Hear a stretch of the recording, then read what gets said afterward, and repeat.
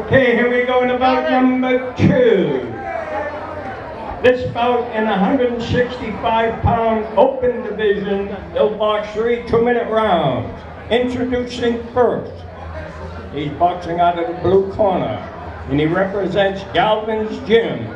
You're welcome, please, Ben Galvin. And across the ring to my left, he's boxing out of the red corner, and he represents a Cappiello Boxing right here in Brockton, Mass.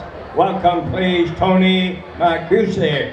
They'll box 3 two-minute rounds. So 3 two-minute rounds of boxing in the 165-pound novice division here for you on anysportstv.com. Tony Markusic fighting out of Cappiello Brothers Boxing, taking on Ben Galvin. Markusic wearing the black trunks and black headgear. Galvin is wearing the white trunks and the white headgear. Peter Zimbor and Sean Farley ringside here at the Brockton Fairgrounds for this 165-pound amateur fight. And Sean, I know you have a little bit of background information on each of these two fighters. What can you tell our viewers about these two men in the ring? Well, I especially have some background information on Ben Galvin. More than one person has told me to watch for this kid tonight. He's only got 9 fights, but he's supposedly extremely athletic and has a real nice feel for the ring.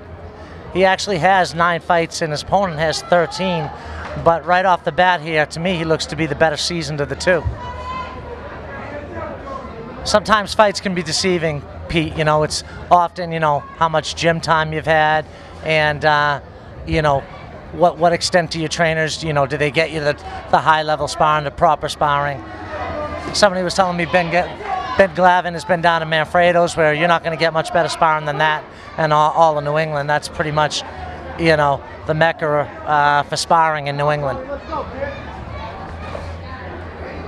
Galvin fires off a left hand. Don't know how much it connected. Both fighters feeling each other out a little bit right now here in the opening round of the scheduled 3-rounder.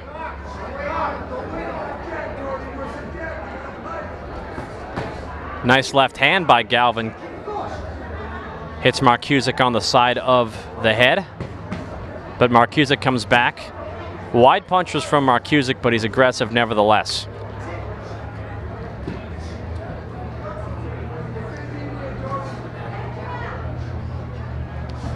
Right now, I like what I see from Ben. He's putting the jab out there. He half steps back, like right there. He draws back, creates distance. He seems to have a much better sense of range, sense of distance.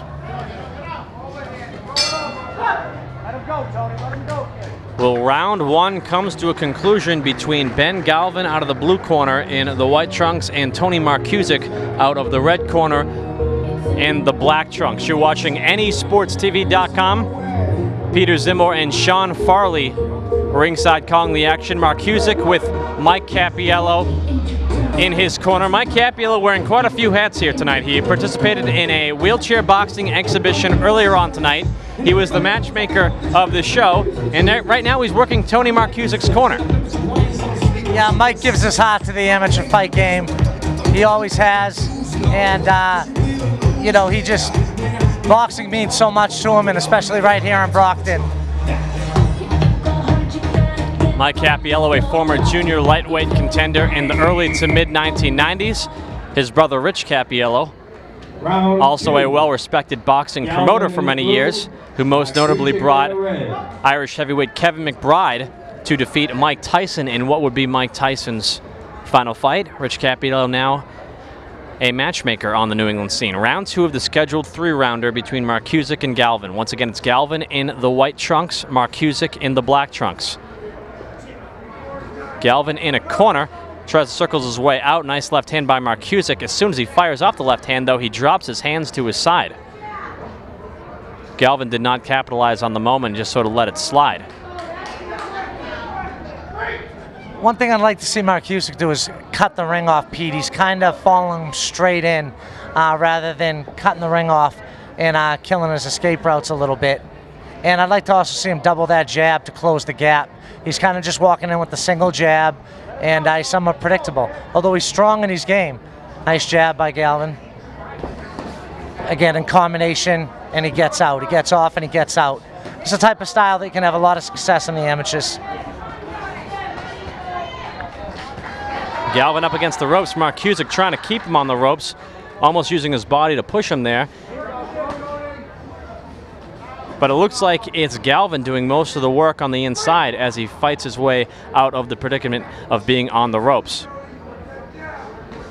Yeah, even against the ropes there, I felt that Galvin had the advantage because he stayed short with his punches. Even though his back was against the ropes, he stayed short and he was able to pick his shots. Tony was a little bit wide. Tony's chin's up in the air too.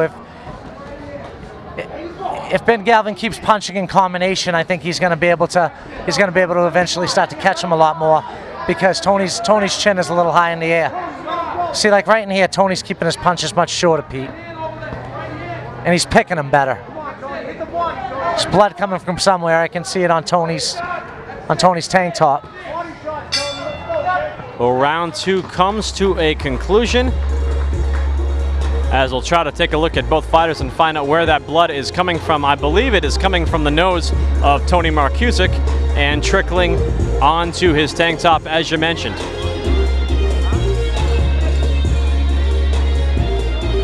Once again, you're watching NESportsTV.com. Peter Zimbor and Sean Farley ringside here in Brockton, Massachusetts. Brockton, Massachusetts being the city of champions, a long and storied history with the sport of boxing. Nice to see amateur boxing as a part of the Brockton Fair, one of the longest running country fairs in the United States. I didn't know that, Pete, that this is one of the longest running fairs in the United States, but certainly a very rich boxing tradition here in Brockton. Where else in all of America can you say a city of what is Brockton, around 95,000 people? A city in the ballpark of, let's say, 100 at most, where you will have arguably the greatest heavyweight champ of all time and arguably the greatest middleweight champ of all time.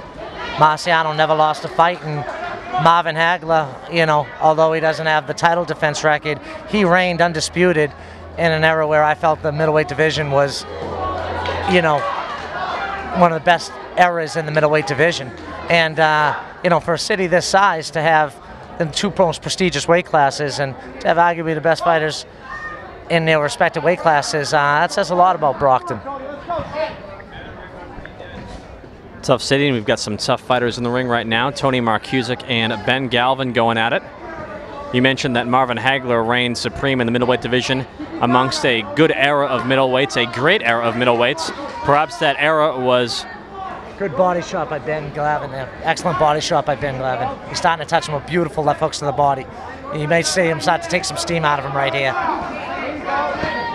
That era of middleweight fighters that you were talking about with Marvin Hagler, perhaps documented best in the book Four Kings, penned by author George Kimball.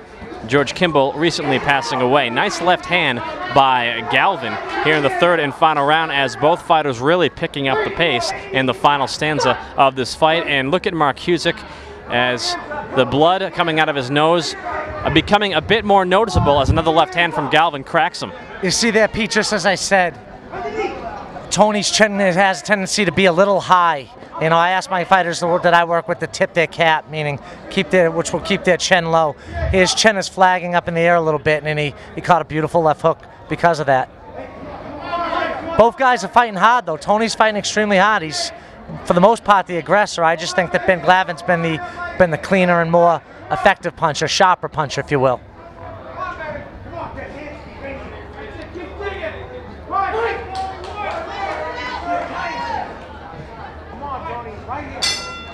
Well, the final bell sounds. Good performance by both Ben Galvin and Tony Markusic. Amateur boxing scored on a system of who landed the most punches throughout the duration of a fight. I think that was Ben Galvin. Ben Galvin, from a professional standpoint, also looks to be the fresher and the less beat up of the 2 fighters. I think the blue corner is going to get the nod in this one.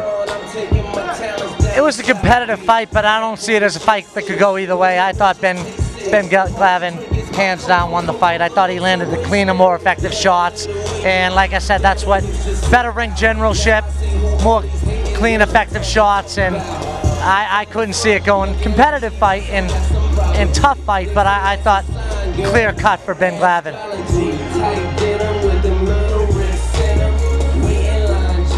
We will await the official decision in this fight, as the winner will receive a medal from the Cappiello Brothers Boxing Gym, and that medal will be awarded to them by the self-proclaimed godfather of boxing, Doug Pendarvis, who is in the ring right now. Quite a character on the New England fight game for a while. There's only one Doug Pendarvis, not just on the New England fight scene, but the world boxing scene. You're not going to meet too many guys like Doug Pendarvis. He's a lot of fun. If he had the same fan base as Ricky Hatton, they would sing "There's Only One Doug Pendarvis." We'll await the official verdict in this fight between Tony Markusic and Ben Galvin. Here's our announcer, Pitt Perrin. Here he is standing to my left. And he's known as the godfather of boxing. I don't know, he shows up everywhere, this guy, you can't get rid of him. Dougie Pendarvis, ladies and gentlemen. And he's going to present the medal to the winner of this bout number 2. And that winner comes from the blue corner, Ben Galvin. And no surprises, Ben Galvin with a decision over Tony Markusic here on AnySportsTV.com. I'm real impressed with Ben Galvin. I thought his sense of distance and range, had excellent range, move well, shot punches, good timing on his shots, picked his shots clean. A bright future, only 9 amateur fights, now 10. I think the New England boxing scene's going to hear a lot about him. Good effort by Tony Markusic, good win for Ben Galvin. You're watching AnySportsTV.com.